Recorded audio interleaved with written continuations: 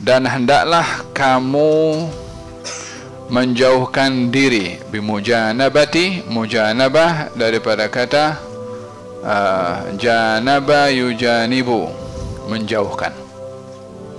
Menjauhkan diri daripada apa? Ar-riya, wal kibir, sombong, wal ujub, bangga diri, su'idzan, buruk sangka, wal hasad, hasad dengki, wal waswas, sifat waswas.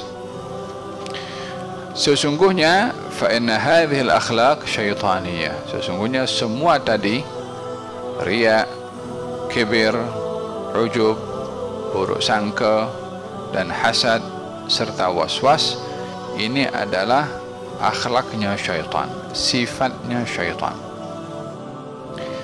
Kenapa kita disuruh menjauhkan diri daripada sifat-sifat ini? Karena sifat ini adalah sifatnya syaitan. Dan kita diperintahkan untuk menjauhkan diri daripada syaitan dan tidak menyerupai syaitan. Wala tattabi'u khutuwatis syaitan. Jangan kamu mengikut langkah-langkahnya syaitan. Wa man yakun syaitanu lahu qarinan fasa'a qarina. Siapa orang yang dia menjadikan syaitan itu teman, maka dia seburuk-buruk teman. Siapa temannya syaitan? Yang menyerupai perangainya perangai syaitan.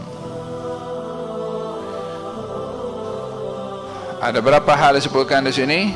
1, riya, kibir. 2, ujub. 3, buruk sangka. 4, hasad. 5, waswas. 6. Lalu diberi perincian oleh Syekh, oleh penulis, oleh Habib Ali bin Hasan. Katanya, amma riya'u fa an ta'mala amalan li ajlil khalqi. Riya' yaitu kamu beramal satu amalan li ajlil khalqi, kerana makhluk. Kerana makhluk bermakna berbuat amal bukan kerana Allah Subhanahu wa ta'ala. Faham dong? Ini bahagian atau definisi riya. Beramal amalan untuk makhluk. Beramal amalan untuk makhluk. Fahuwa syirkun bighairi syak. Orang yang beramal untuk makhluk, maka itu syirik bighairi syakkin, tanpa ragu-ragu. Syirik yang dimaksudkan di sini adalah syirik kecil. Syirik terbagi kepada 2 bahagian, syirik besar dan syirik kecil. Syirik besar menyembah bersama dengan Allah Tuhan selain Allah.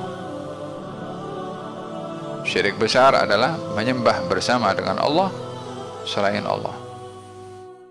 Menyembah Allah bersama berhala, menyembah Allah bersama pokok, menyembah Allah bersama dengan matahari, contohnya. Maka dengan demikian, ini syirik yang besar. Sebab meyakini Tuhan selain daripada Allah, baik itu berhala, baik itu pokok, baik itu gunung, baik itu batu, baik itu apa, meyakini ketuhanan bersama dengan Allah, namanya syirik. Oleh sebab yang demikian, kaum musyrikin ketika ditanya kenapa dia menyembah berhala, dia menyembah kepada Allah Subhanahu wa taala. Wa la in sa'altahum man khalaqas samawati wal arda la yaqulunna Allah. Kalau mereka ditanya siapa ciptakan langit dan bumi, kaum musyrikin kata Allah Subhanahu wa taala yang cipta. Hai, tanya balik kepada kaum musyrikin, Habib, kalau kamu tahu yang ciptakan langit dan bumi ini Allah, kenapa kamu sembah berhala? Innama na'buduhum liyuqarribuna ilallahi zulfa. Kita sembah berhala itu, sembah agar supaya kita dekat dengan Allah. Menyembah berhala itu meyakini berhala sebagai Tuhan. Jadi mereka menyembah berhala sebagai Tuhan untuk mendekatkan diri kepada Tuhan yang lain. Itu cara ibadahnya orang musyrik. Berkeyakinan Allah cipta langit dan bumi, berkeyakinan berhala-berhala adalah Tuhan juga, dan mereka sembah berhala juga. Tujuannya adalah untuk mendekatkan diri kepada Allah dengan Tuhan selain Allah. Itu syirik, karena meyakini adanya Tuhan selain daripada Allah subhanahu wa ta'ala. Sementara Allah subhanahu wa ta'ala Maha Esa, tiada sekutu bagi Allah subhanahu wa ta'ala. Allah qul huwallahu ahad Allahus samad lam yalid wa lam yulad wa lam yakun lahu kufuwan ahad. Tak ada yang sama dengan Allah, tak ada. Fa'alam annahu la ilaha illallah la ilaha illa huwa. Tiada Tuhan selain Dia. Dinafikan semua. Tak ada Tuhan selain Allah. Orang-orang musyrikin berkeyakinan berhala Tuhan, bukan Tuhan. Yang menyembah matahari sebagai Tuhan, bukan Tuhan. Yang menyembah pokok sebagai Tuhan, bukan Tuhan. Hatta orang kata itu Tuhan. Kita orang Islam berkeyakinan tiada Tuhan selain Allah, Tunggal Maha Esa. Faham tom? Ini syirik yang besar, menyembah bersama dengan Allah Tuhan selain Allah subhanahu wa ta'ala. Syirik yang kecil adalah memaksudkan bersama dengan Allah selain daripada Allah dalam ibadahnya itu. Orang bersedekah karena Allah dan ingin dipuji, syirik kecil. Orang salat karena Allah dan juga supaya dilihat oleh orang lain kalau dirinya salat, syirik kecil. Orang berpuasa nak tunjuk kepada orang lain kalau dia berpuasa, syirik kecil. Apa sebabnya? Puasa, sedekah, salat itu kan ibadah dilakukan kepada Allah subhanahu wa ta'ala. Bila dimaksudkan selain daripada Allah dalam ibadahnya, itu namanya syirik kecil atau riya. Wa ma umiru illa liya'budullaha mukhlisin lahu ad-din. Mereka tidak diperintah kecuali menyembah kepada Allah, beribadah kepada Allah ikhlas. Kemudian lahu ad-din, kepada Allah, untuk Allah subhanahu wa ta'ala segala amal ibadah. La syarika lahu, tidak ada sekutu bagi Allah dalam kita punya ibadah. Maka dengan demikian, orang yang menyembah bersama dengan Allah Tuhan selain Allah, itu syirik besar. Orang yang beribadah memaksudkan pada ibadahnya bersama dengan Allah selain daripada Allah, itu namanya syirik kecil atau riya. Oleh hadza dalam hadis Nabi Muhammad sallallahu alaihi wasallam, hadis qudsi, Allah berfirman, ana aghnas syuraka. Saya, kata Allah Subhanahu wa taala, lebih kaya, tak memerlukan daripada sesiapa yang disekutukan bersama dengan saya.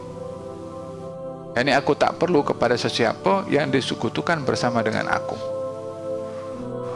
Orang bersedekah karena Allah dan karena gurunya, untuk dipuji sama gurunya contohnya, atau oleh atasannya atau oleh kawannya, maka di sini dia menyekutukan bersama dengan Allah kawannya tadi, atau gurunya, atau bosnya, atau yang lain. Kata Allah, aku tak perlu kepada orang ini. Bila ada orang yang menyekutukan bersama dengan Allah dengan makhluk yang lain, Allah suruh orang tu ambil ganjaran daripada orang tu yang dia nak, yang dimaksudkan dalam ibadahnya tadi. Orang bersedekah, apa tujuannya? Karena Allah. Yang kedua, karena ingin dipuji. Allah berkata kepada dia, engkau pergi cari orang nak puji engkau. Orang beribadah tujuannya untuk naik pangkat, bukan karena Allah Subhanahu wa taala, atau bersama dengan Allah tujuan yang lain. Allah beritahu, aku tak perlu dengan dia engkau pergi cari orang yang nak angkat pangkat engkau tu pergi sana.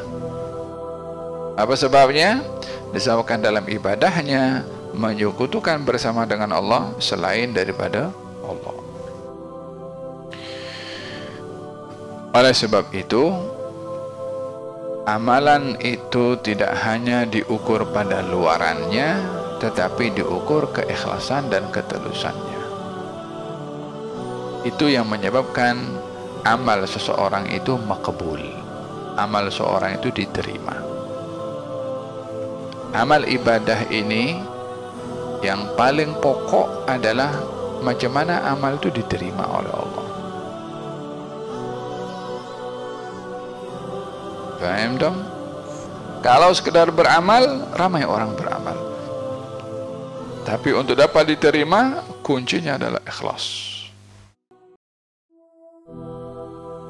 وَمَنْ كَانَ يَرْجُو لِقَاءَ رَبِّهِ فَلْيَعْمَلْ عَمَلًا صَالِحًا وَلَا يُشْرِكْ بِعِبَادَةِ رَبِّهِ أَحَدًا.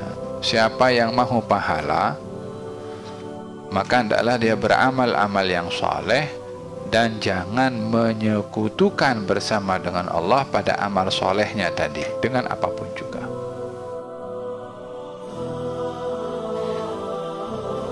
Semoga Allah Subhanahu wa taala menganugerahkan kepada kita keikhlasan di dalam belajar, dalam berzikir, dalam qiyamul lail, dalam segala amal baiknya, supaya amal kita berkesan dan makbul. Amin ya rabbal alamin. Kala Sayyidina Umar al-Muhdar, anaknya Imam Umar bin anaknya Imam Abdurrahman As-Saggaf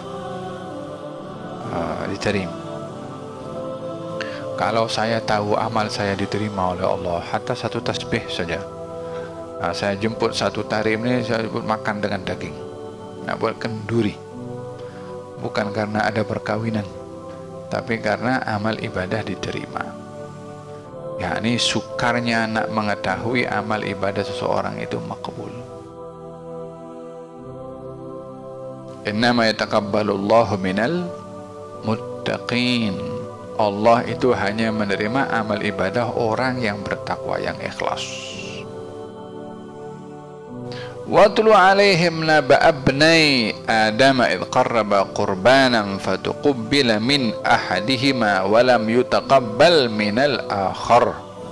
Qala laqtulannak qala innama yataqabbalullahu minal muttaqin. Dalam ayat itu ceritakan dua anak Adam, Habil dan Qabil. Satu bersedekah, dua-dua bersedekah. Tapi yang diterima satu, yang satu tak diterima. Apa sebabnya? Allah berfirman, sesungguhnya Allah hanya menerima ibadah orang yang bertakwa, yakni yang ikhlas. Anak Adam dua orang itu, satu ikhlas, satu tak ikhlas. Maka yang diterima ikhlas. Oleh sebab itu, ruhul amal al-ikhlas. Jantung pada amal ibadah itu keikhlasan. Carilah pada ibadah keikhlasan. Ibadah yang tidak ikhlas akan jadi haba'an mansura, yakni tak ada kesannya, tak ada manfaatnya. Fahuwa syirkun bighairi syak wa nahika biha hamaqatu an tusyrika ma'allahi man la yanfa' wa la yadur.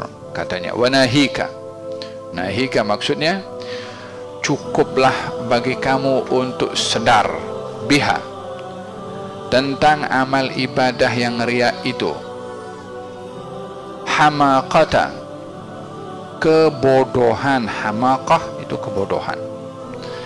Antusyrika ma'allahi, kebodohan orang yang menyekutukan bersama dengan Allah, man la yanfa', sesiapa yang tak mendatangkan manfaat, wala yadur, dan tidak mendatangkan kemudaratan.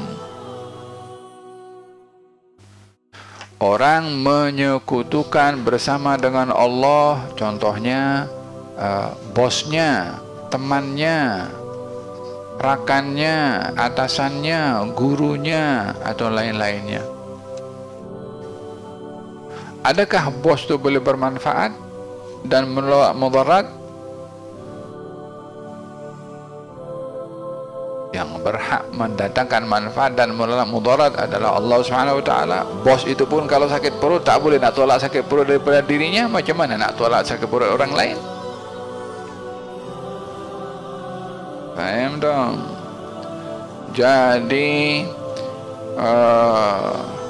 tiada siapa yang dapat menolak mudarat dan mendatangkan manfaat kecuali Allah Subhanahu wa taala. Faham tu? Doktor kata, doktor ini pakar, doktor ini mahir, doktor ini hebat. Coba kalau ajal datang kepada doktor tu, boleh doktor tu selamatkan dirinya daripada ajal? Mana boleh. Doktor mati atau tak mati? Mati juga. Orang kaya, banyak duit, punya helikopter, punya kapal terbang, punya rumah di mana-mana, punya segala-gala macam. Malaikat maut datang nak cabut nyawanya. Boleh dia beli nyawanya supaya tak dicabut? Tak boleh juga. Kalau dia kena penyakit dan pergi ke hospital, orang lain pun juga yang berubat kepada dia. Kalau begitu siapa yang punya kuasa? Allah Subhanahu wa taala. Lah orang kaya, orang berkuasa dengan dia punya sebagai seorang yang mempunyai kuasa pada satu wilayah. Ya kan? Firaun punya kuasa tak punya kuasa? Punya kuasa.